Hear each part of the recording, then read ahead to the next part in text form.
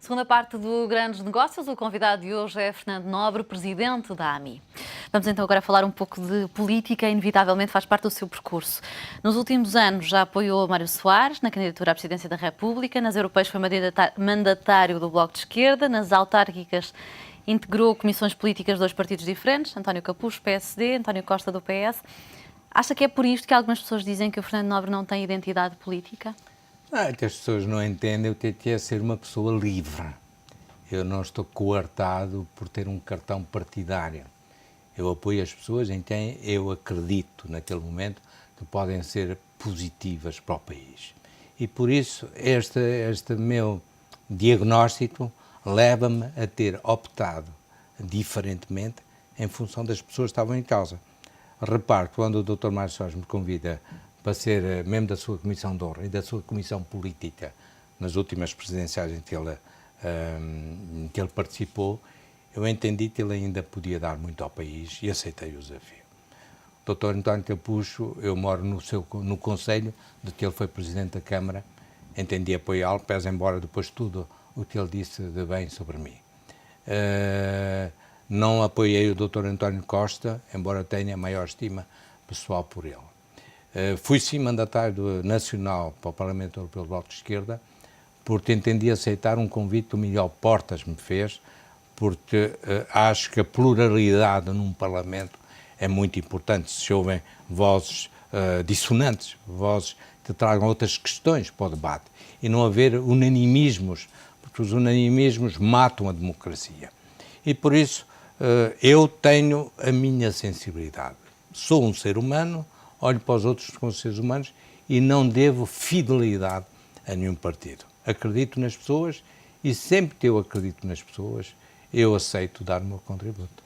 O Fernando Nobre costuma descrever-se como uma voz politicamente incorreta, que coloca o dedo na ferida, que tem um espírito indomável. Acha que alguém com um espírito indomável poderia ter sido Presidente da República e manter a mesma liberdade e o mesmo espírito? Eu acredito sim. Reparem, para aqueles que dizem que eu sou antipolítico, eu gosto de relembrar que eu nunca acusei os partidos políticos, seja do que for. Agora, sempre afirmo e vou continuar a afirmar, é que a política não se esgota nos partidos políticos. Mas a sua candidatura foi um pouco interpretada como a favor da cidadania e contra os partidos políticos. Não, isso contra, é evidente, tinham que me colocar em algum lugar. Foi uma candidatura extremamente difícil, mas acho que demonstrou ao país que o conceito de cidadania é um conceito que tem de ser respeitado e que tem de ser tido em conta. E porquê é que decidiu candidatar-se?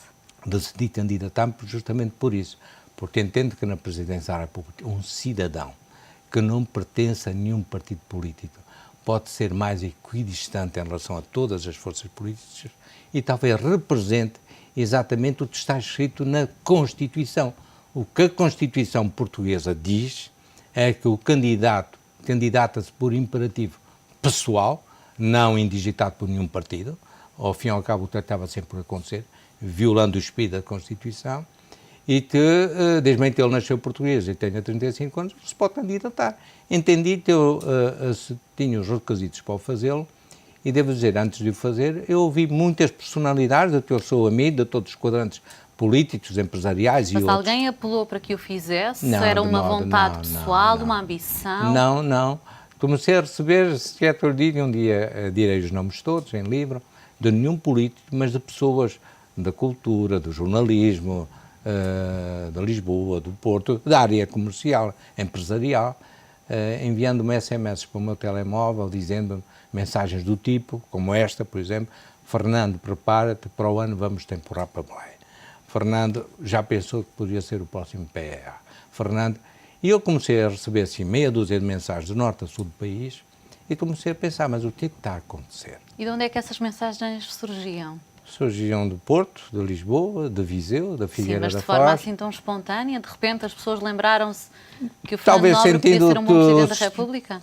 Que o sistema talvez estava em via de esgotamento ou em via de enquistamento e tentaram procurar uma alternativa e pronto, pensaram em mim. E eu, depois de ter ido pessoalmente falar com essas pessoas todas, que me tinham mandado SMS para o meu telemóvel. Mas pessoas relevantes da vida política atual? Da vida política, não. Da vida jornalista, da vida empresarial, da vida da sociedade civil. Autónomas umas das outras? Sim, ou que autónomas, se conheciam? autónomas umas das outras. E eu lembro, depois de ter ido falar pessoalmente Mas sendo com elas assim um todas... movimento, parece que... Não era um movimento, foram 6 mensagens, não é um movimento, foram 6 mensagens. Mas lembro depois de ter ido falar com eles, perguntar, mas o que é que se passa? Porque estão-me a pôr o nome, por exemplo, inclusive uma pessoa também, que foi nesse caso concreto, a Margarida Pinto Correia, um ano antes, numa entrevista que deu ao Sol, disse, para mim, eu estou a pensar no Fernando Nobre, ele ainda não sabe, mas gostaria que ele soubesse, etc, etc.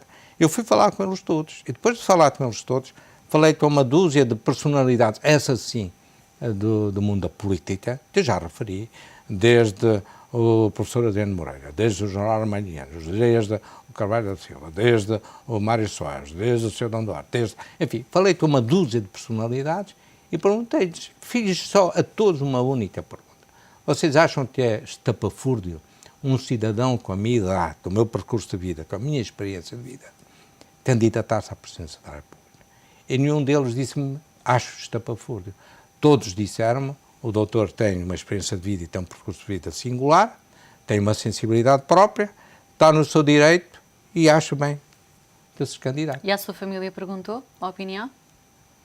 Não, se eu tivesse perguntou. se eu tivesse seguido o conselho da minha querida mulher, dos meus filhos mais velhos, dos meus irmãos, eu nunca me teria candidatado. E o que é que eles hoje lhe dizem? Não, esse processo foi um processo muito violento, porque... Dizem qualquer coisa do género, eu bem te avisei? Sim, a minha querida mulher, a Luísa, disse-me logo, tu vais passar de bestial a besta num segundo. E acha que passou? Foram momentos muito, muito complicados, muito difíceis, porque ao fim e ao cabo é esse o paradoxo, por não dizer o cinismo e a hipocrisia de todo um sistema triturador. Todos falam de cidadania, todos falam de sociedade civil, todos, inclusive os opinadores do país e a comunicação social, que é preciso renovar a classe política, que é preciso que surjam pessoas da sociedade civil. E depois há um cidadão, que até aí foi julgado exemplar, que o Estado reconheceu, que a Assembleia da República reconheceu, com medalhas múltiplas, etc, etc. E esse cidadão, por imperativo de consciência, levanta-se e diz, eu vou a esse combate. Eu acredito que posso dar alguma coisa ao meu país, tendo em conta a minha experiência internacional, tendo em conta a minha experiência e ação social no país, tendo em conta a minha sensibilidade humana, eu posso dar um contributo. E essa pessoa então ergue-se e avança. E quando se ergue e avança, de repente, todos os canhões e todas as metralhadoras são apontadas para ele. Porque, ao fim e ao cabo, o sistema que tanto fala de sociedade civil e de cidadania não quer alguém que venha fora do acabou por sistema. ter um resultado até bastante positivo, 14,1% dos votos. Porquê é que não, com este bom resultado e com uma candidatura independente, porquê é que não parou por aqui o seu percurso político? Porquê é que mais tarde aceitou integrar as listas do PSD? Na minha ideia eu tinha parado por aí, até estava ainda a digerir algo que foi muito violento, muito violento. Então, porquê é que não parou? E de repente, estamos dia 2 de Abril, encontro-me com o Dr. Pedro Passos Coelho. E ele faz-me um convite, um desafio, muito corajoso, e foi muito simples. O doutor aceita ser número 1 pelo Círculo de Lisboa, enquanto independente, o círculo mais importante do país. Lisboa, o doutor lidera o Círculo de Lisboa. Se nós ganharmos as eleições, eu gostaria que um cidadão independente fosse Presidente da Assembleia da República. O doutor Pedro Passos Coelho entendeu, talvez, o apelo da minha candidatura presidencial, no sentido do reforço de uma cidadania ativa, interpelativa, Mas acabou por etc. integrar um partido quando Não sempre integrei, disse que não fazia. não integrei coisa nenhuma. Eu liderei como independente, nunca fui membro do PSD, não sou. Eu liderei enquanto independente as eleições pelo Círculo de Lisboa em nome do PSD. Ponto. Mesmo sem o apoio do CDS, o Primeiro-Ministro e o PSD Eu mantiveram a respondo sua mais uma candidatura vez, à presidência. Mais uma vez eu respondo a convites de pessoas em quem eu deposito confiança.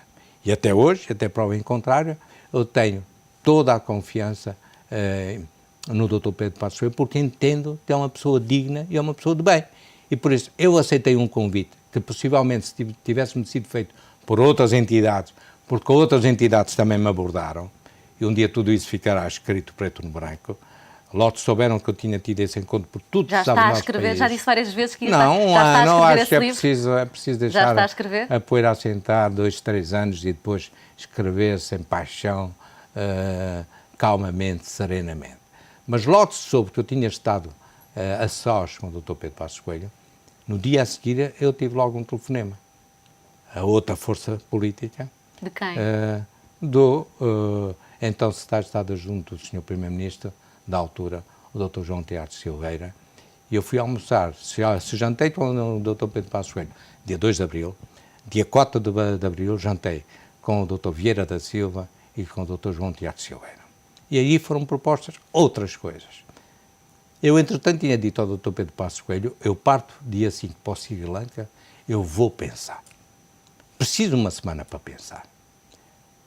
E pensei. Sim, não. Não são decisões fáceis essas. Disse à minha mulher, olha, se tu me disseres não, eu digo logo não. E ela disse-me, como pessoa de bem que é, e isso é uma questão de consciência tua. Eu não posso me excluir na tua Aceitou, decisão. foi à primeira volta, perdeu, porque é que se manteve para a segunda e não desistiu? Não.